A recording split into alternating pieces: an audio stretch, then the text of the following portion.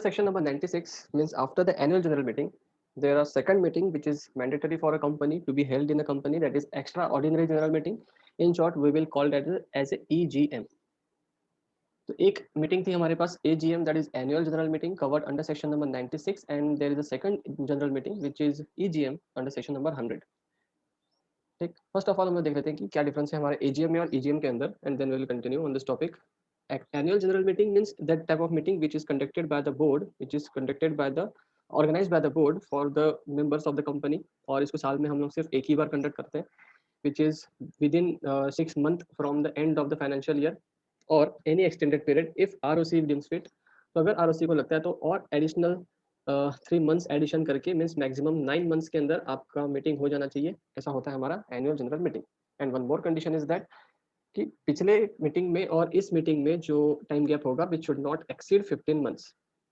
ये कुछ पॉइंट्स थे हमारे एजीएम के अंदर थे जो अपने नेक्स्ट सेक्शन नंबर 96 में थे, आप एक बार कवर कर लेना उसको. बट मेन पॉइंट क्या, ये एजीएम होता है. एजीएम में एनुअल इंपॉर्टेंट है क्योंकि एनुअली वो होगा और साल में एक ही बार होगा.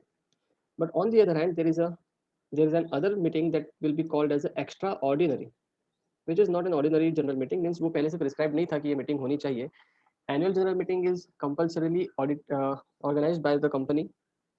भले वो एक ही बार होगी बट कंपल्सरीली साल में एक बार होनी ही चाहिए. On the other hand extra ordinary meeting is not a compulsory meeting, but अगर कंपनी को लगता है, बोर्ड के मेंबर्स को लगता है, या बोर्ड मेंबर्स को लगता है, या फिर अदर मेंबर्स को लगता है कंपनी में कि कुछ कुछ पर्पस के लिए हमारी मीटिंग होनी चाहिए, तो that meeting will be called as a extraordinary meeting. Any meeting, any general meeting which is not an annual general meeting will be termed as an extraordinary general meeting. ठीक, extra ordinary meeting कौन conduct करता है, extra meeting कौन conduct करवाता है, कौन organise करवाता है, कौन कौन से ऑप्शंस हो सकते हैं और क्या क्या कौन सी अथॉरिटी इन्वॉल्व होगी, ये सारे सेक्शन के लिए हम लोग को सेक्शन नंबर 100 कवर करना है. अदरवाइज हम लोगों ने सेक्शन 96 में हमने एनुअल जनरल मीटिंग को कवर कर चुका है. So let's talk about extraordinary general meeting. तो calling of extraordinary general meeting में क्या होगा, the board who is responsible to organise the meeting. In every cases, board is responsible to organize or call an extraordinary general meeting. In short, we will call it as a EGM. तो extraordinary general meeting board क्या करेगी, call करेगी whenever it deems fit. Important point is that कि whenever it means board of directors, board members deems fit. जब उनको सही लगेगा, जब उनको जरूरत लगेगी तो वो कॉल करेंगे EGM. Provided that in case of specified IFSC company, private company, the board may subject to consent of all shareholders. तो बोर्ड कंडक्ट करने के पहले ऑल शेयर होल्डर के कंसेंट लेगा. कब, in case of ISC private company convenes its EGM at any place within और outside India. अब वो कंडक्ट कराने के लिए पहले शेयर होल्डर्स का कंसेंट चाहिए, ऑल शेयर होल्डर का कंसेंट चाहिए कि we are going to organise EGM, और उसके लिए पहले हम लोग को शेयर होल्डर्स के कंसेंट लेने होंगे एंड देन कन्वे करना होगा हमारा EGM. अब वो कहीं भी इंडिया के अंदर भी, इंडिया के बाहर भी. But that is a more extra provision here, it is that कि provided that EGM of the company shall be held at a place within India. तो हमारे जो EGM होते हैं वो कहाँ होने चाहिए, इंडिया में होने चाहिए. तो क्या था, आउटसाइड इंडिया ऊपर लिखा हुआ था. तो outside India is only for those type of business which is a subsidiary company incorporated outside India.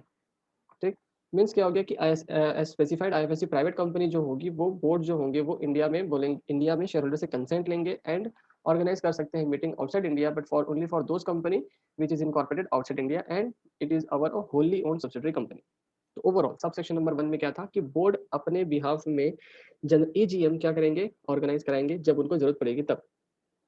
But in case of IFSC company, board of directors को पहले शेयर होल्डर से कंसेंट लेना होगा EGM कंडक्ट कराने के पहले. Subsection number 2, subsection number 1 था board meeting on its own. ठीक, will take initiative steps to organize a meeting called EGM. But in case board is not considering that event that it is an important event to conduct a meeting, that in that case members get activated and try to convince the board of directors that you should have to convey a meeting for this purpose in this durations.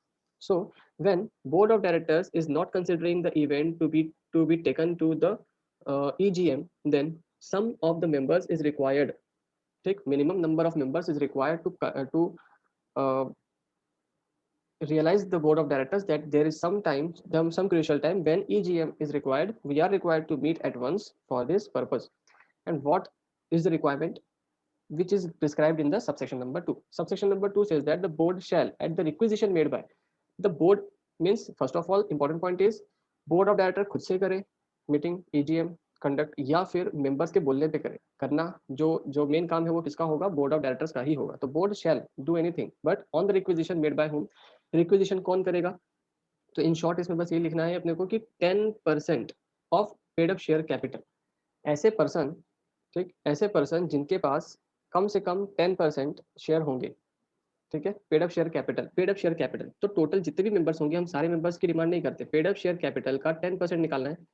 Paid up share capital का 10% जितना भी होगा, इतना percent amount, इतना amount hold करने वाले shareholders जितने भी होंगे, वो शेयर होल्डर्स अगर बोर्ड ऑफ डायरेक्टर्स को अप्लाई करेंगे तो बोर्ड ऑफ डायरेक्टर को board annual general meeting, sorry, extraordinary general meeting conduct करवानी होगी, ठीक। That is the difference, sorry, this is the requirement made by the members to the board and board will take initiative step to conduct the EGM, clear.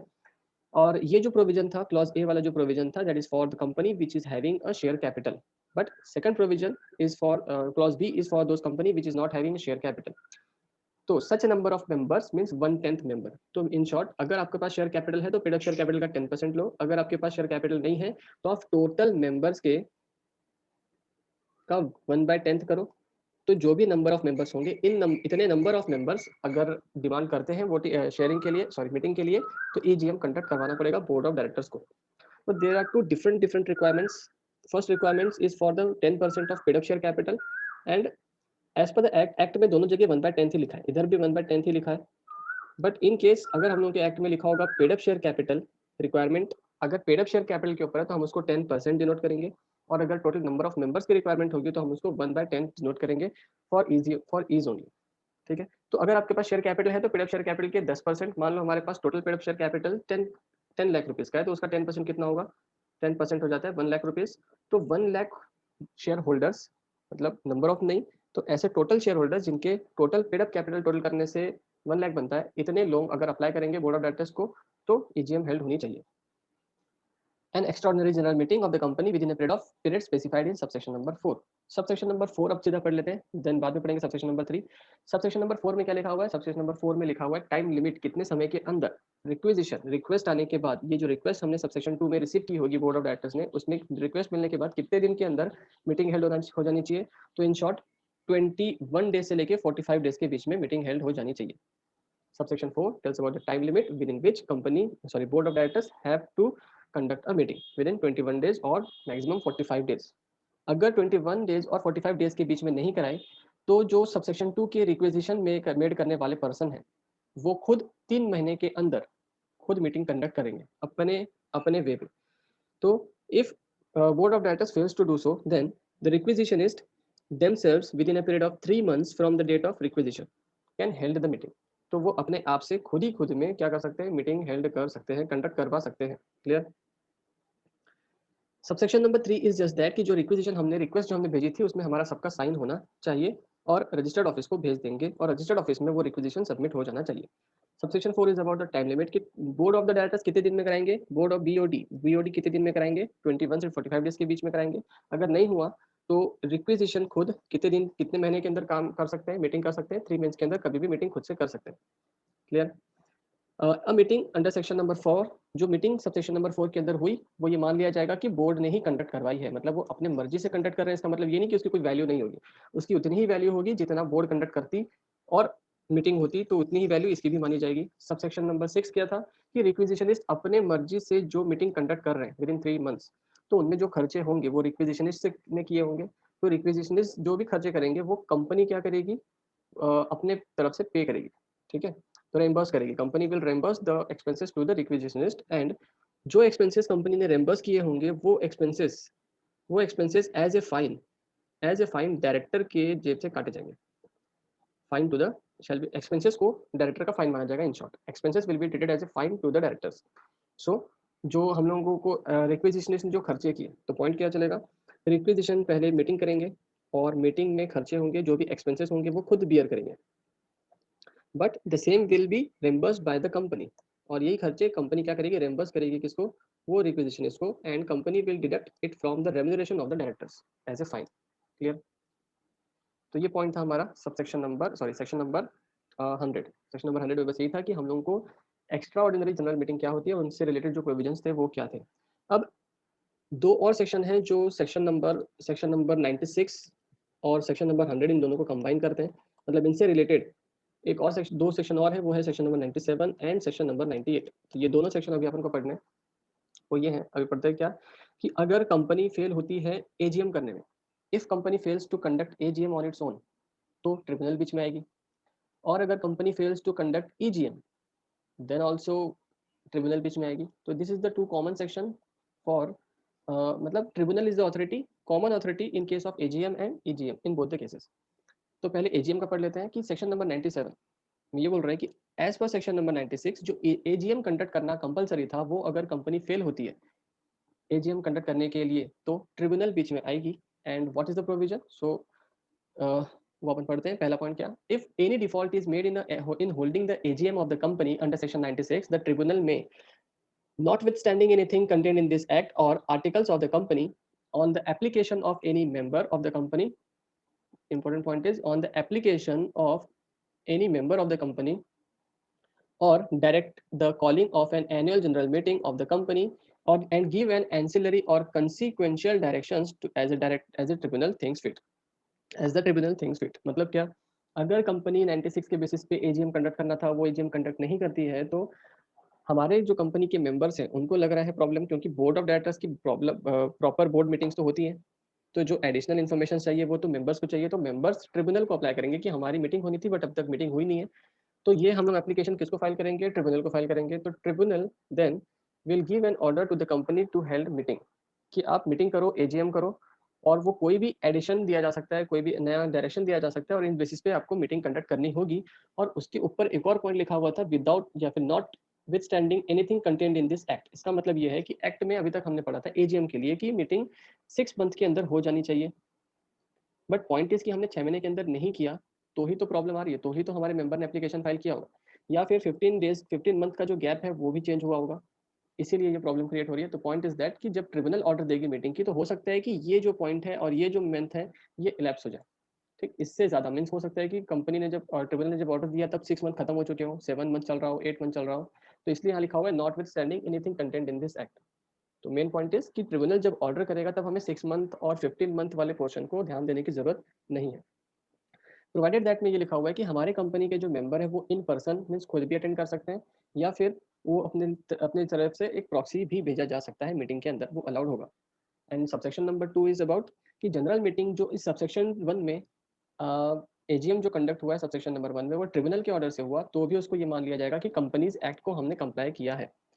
ठीक, subsection number 98, subsection number 98 यहाँ पर भी tribunal है to call meeting of the members etcetera. तो यहाँ पर member की meeting होती है, वो जनरल मीटिंग होती है, but this meeting is other than, this meeting is other than AGM means EGM. जो मीटिंग एजीएम नहीं होती वो कौन सी मीटिंग होती है? वो ईजीएम होती है। तो ये टॉपिक जो है वो ईजीएम के लिए। तो if for any reason it is impracticable to call a meeting of a company in any manner in which meeting of the company may be called, or hold or conduct the meeting of the company in the manner prescribed by this act or the articles of the company, the tribunal may either suo motu or on application of the director or application of the member of the company who would be entitled to vote at the meeting। तो point क्या कि अगर हम लोग को EGM करना था, board of directors की ड्यूटी होती है कि उनको ईजीएम करना है, but board of directors fails to do so. फिर मेंबर्स को बोलना था, मेंबर्स लोगों ने अप्लाई किया, तो मेंबर लोगों ने भी जो स्टेप्स लिए वो भी सफिशिएंट नहीं था, but we are unable to take a meeting, we are unable to conduct a meeting. In that case हमारे जो मेंबर्स हैं वो अप्लाई करेंगे किसको? ट्रिब्यूनल को। अब यहाँ पर नया पॉइंट किया कि यहाँ पर डायरेक्टर्स भी अप्लाई कर सकते हैं किसको? ट्रिब्यूनल को। इन केस ऑफ सेक्शन नंबर 97 सिर्फ मेंबर अप्लाई कर सकते हैं किसको? ट्रिब्यूनल को। But in case of section number 98 members तो अप्लाई कर ही सकते हैं, हमारे डायरेक्टर भी अप्लाई कर सकते हैं for to conduct an EGM. और मोर ओवर ट्रिब्यूनल को अगर लगता है कि इन दोनों में से ना तो डायरेक्टर ना तो मेंबर, इनमें से कोई भी इनिशिएटिव स्टेप नहीं ले रहा है, और कंपनी का सिचुएशन कुछ ऐसी हो गई है कि इनको मीटिंग की जरूरत है, एजीएम की जरूरत है, तो जो ट्रिब्यूनल है वो अपने मर्जी से भी, सुओ मोटो मीन्स अपने मर्जी से, ट्रिब्यूनल जो है अपने मर्जी से आपको क्या करेगी? ऑर्डर देगी कि आपको मीटिंग कंडक्ट करवानी है। ठीक, section number 98 is for the EGM, और ईजीएम कंडक्ट करने के लिए बोर्ड ऑफ डायरेक्टर्स को ईजीएम करना होता है। बट अगर आपने प्रोविजन के थ्रू ईजीएम कंडक्ट नहीं की, तो मेंबर्स अगर ट्रिब्यूनल को अप्लाई करते हैं तो ट्रिब्यूनल आपको ऑर्डर देगी ईजीएम कंडक्ट करने के लिए। डायरेक्टर्स अगर अप्लाई करते हैं तो भी कंपनी आपको ऑर्डर देगी ईजीएम कंडक्ट करने के लिए। सुओ मोटो ट्रिब्यूनल को खुद अगर लगता है कि कंपनी को मीटिंग की जरूरत है, तो ट्रिब्यूनल अपनी मर्जी से आपको ऑर्डर दे देगी बिना किसी एप्लीकेशन के कि आपको मीटिंग कंडक्ट करनी है। ठीक, अब क्या ऑर्डर देगी, order a meeting of the company to be called held conducted in such a manner as tribunal things fit. अब जो ट्रिब्यूनल जैसा सही समझती है वैसा आपको ऑर्डर दिया जाएगा। एंड गिव्स एन एंसिलरी और कंसिक्वेंशियल डायरेक्शंस, आपको एडिशनल डायरेक्शंस भी दिए जाएंगे। ठीक, कि आपको ये डायरेक्शन को भी फॉलो करना है while conducting a meeting, because you have not fulfilled the provisions, you have failed to comply the all the provisions given under section number 100, so we are giving you additional directions, you are required to comply with, provided that, यहाँ पर भी वही है कि जो member है वो in person भी प्रेजेंट हो सकता है या फिर वो अपने प्रॉक्सी को भी भेज सकता है। फिर वही पॉइंट है सबसेक्शन नंबर 2 में कि जो मीटिंग यहाँ पर कंडक्ट हुई वो ये मान लिया जाएगा कि कंपनीज एक्ट के सारे प्रोविजन को फॉलो किए हैं और मेन मीटिंग इसको माना जाएगा। There are some common points in 97 and 98। Common point ये था कि जो भी पर्सन होते हैं वो इन पर्सन खुद बैठ सकते हैं या प्रॉक्सी भी बैठ सकते हैं, और ये कि जो मीटिंग ट्रिब्यूनल के थ्रू होगी वो कंपनीज एक्ट के अंडर मानी जाएंगी। ये कॉमन पॉइंट्स है। और एक कॉमन पॉइंट था कि मेंबर्स एप्लीकेशन फाइल करेंगे कि हमारी मीटिंग अब तक हुई नहीं है। बट डिफरेंस इज दैट कि सेक्शन 97 में एजीएम के लिए डायरेक्टर्स खुद अप्लाई नहीं कर सकते मीटिंग, एजीएम के लिए डायरेक्टर्स एप्लीकेशन फाइल नहीं करेंगे। बट 98 में एजीएम के लिए डायरेक्टर और सुओ मोटो ट्रिब्यूनल दोनों मिलकर अपने मर्जी से क्या कर सकते हैं, अप्लाई कर सकते हैं। दैट इज द माइनर की difference between the section number 97 and 98 and 96, 97, 98 and 100. These four sections are combined to each other. Clear? Okay, this is the point which is required to understand for the section number 96, 97, 98 and 100. That's for it. Thank you.